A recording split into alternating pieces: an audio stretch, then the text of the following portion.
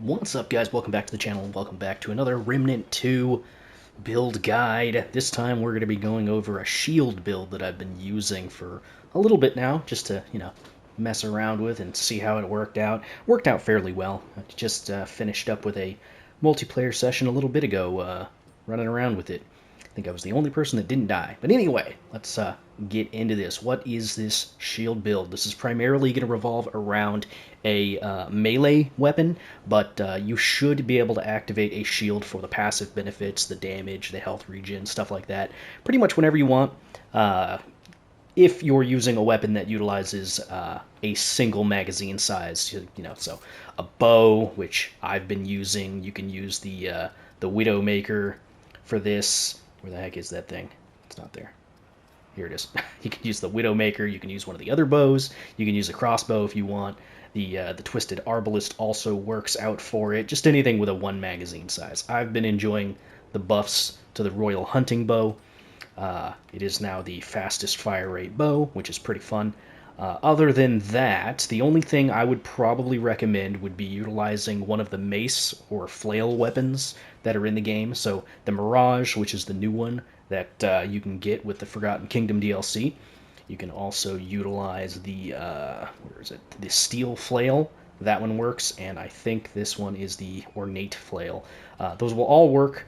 I'm fairly certain they all have the exact same attack speed, so you don't really have to worry about that.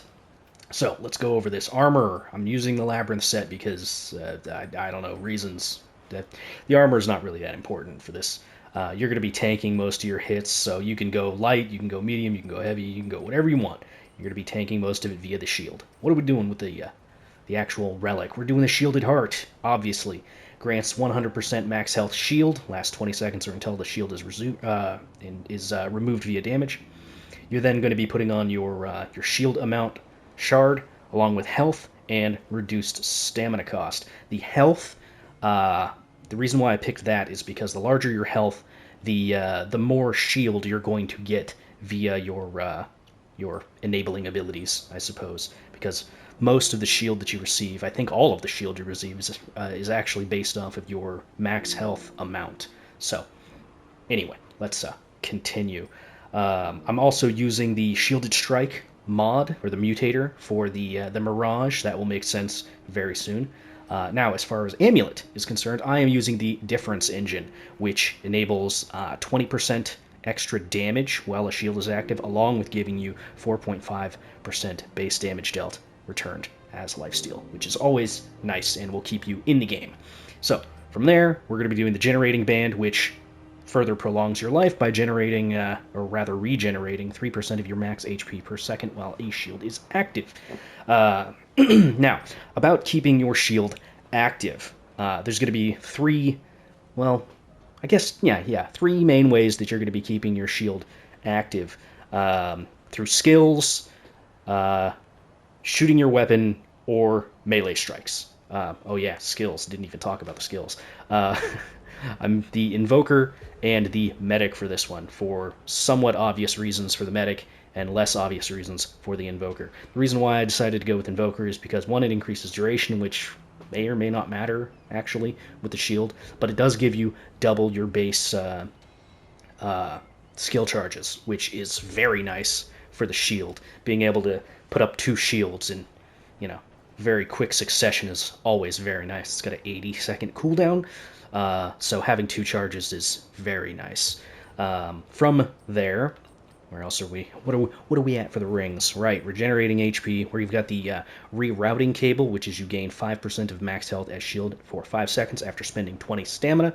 Accumulation resets after 5 seconds of inaction, maximum 50% shield, which is very easy to enable with this build setup that I've got going on. From there, I've got the tightly wound coil, which is when you spend 75% or more of your current magazine, you gain a shield for 15% of your max health for 5 seconds. Incredibly easy to enable.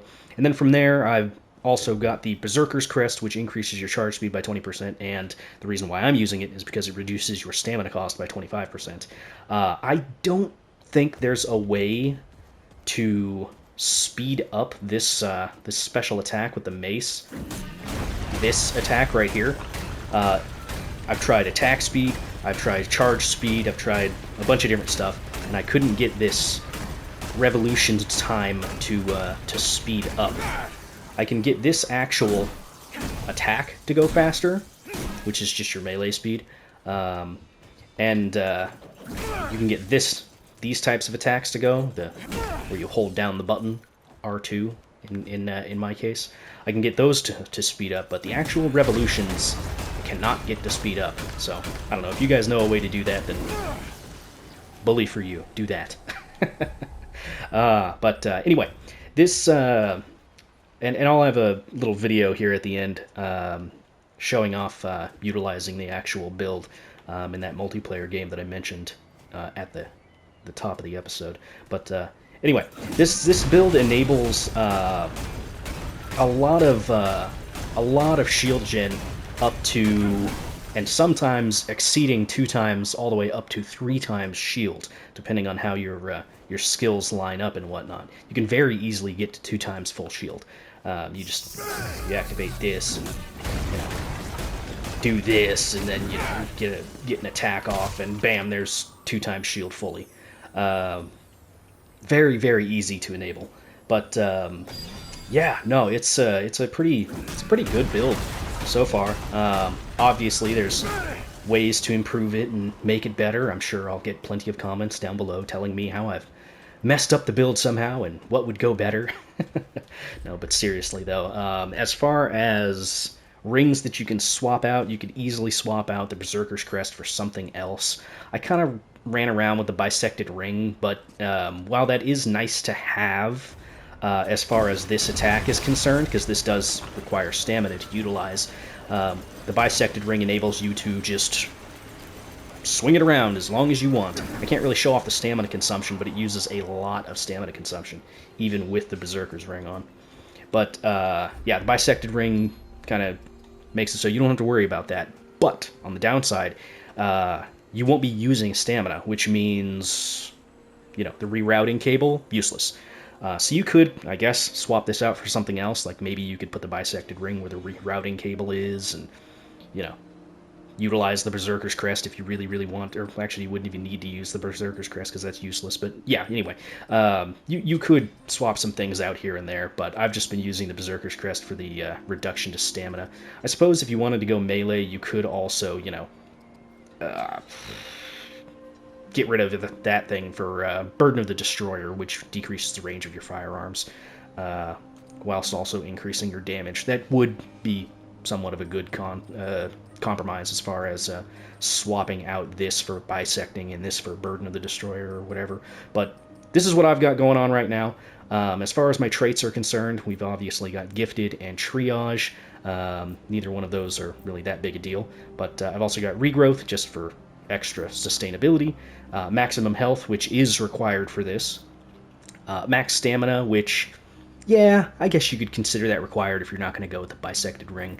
I've got Expertise for the skill cooldowns, just to make this 80 seconds instead of, 100 seconds. I've got Increases mod power generation from melee damage. That's mostly just so I can use Ring of Spears. I feel like Ring of Spears is showing up in a lot of these, these builds. Oh yeah, also, if you haven't tried out Ring of Spears with Pressure Point yet, it's not bad.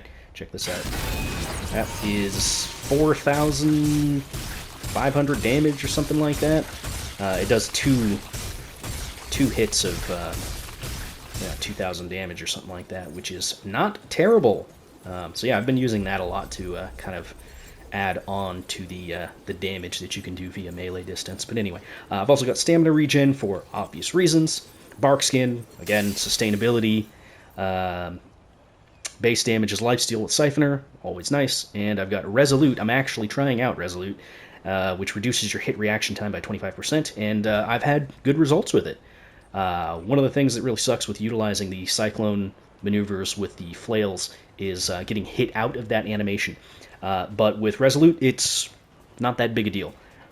So yeah, this is the build that I've got going right now for Shield. It's been pretty good. I've used it up to Nightmare. I haven't really messed with Apocalypse much, but I can't see a reason why it wouldn't work for Apocalypse.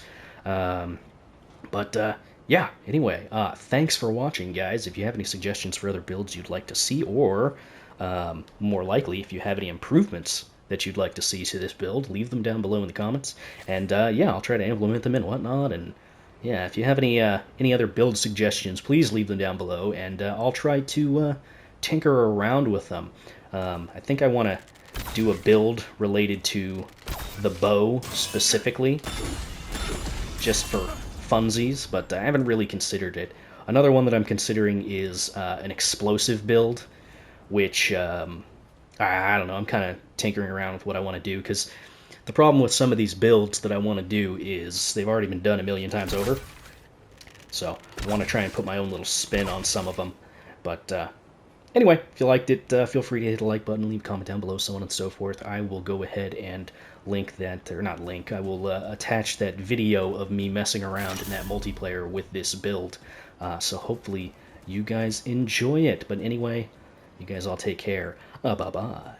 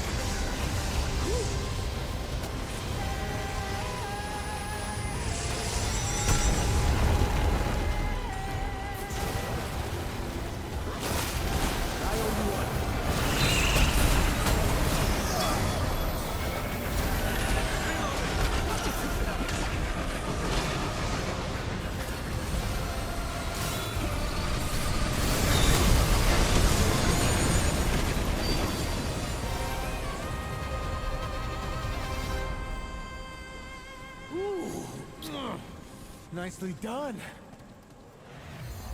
They're coming.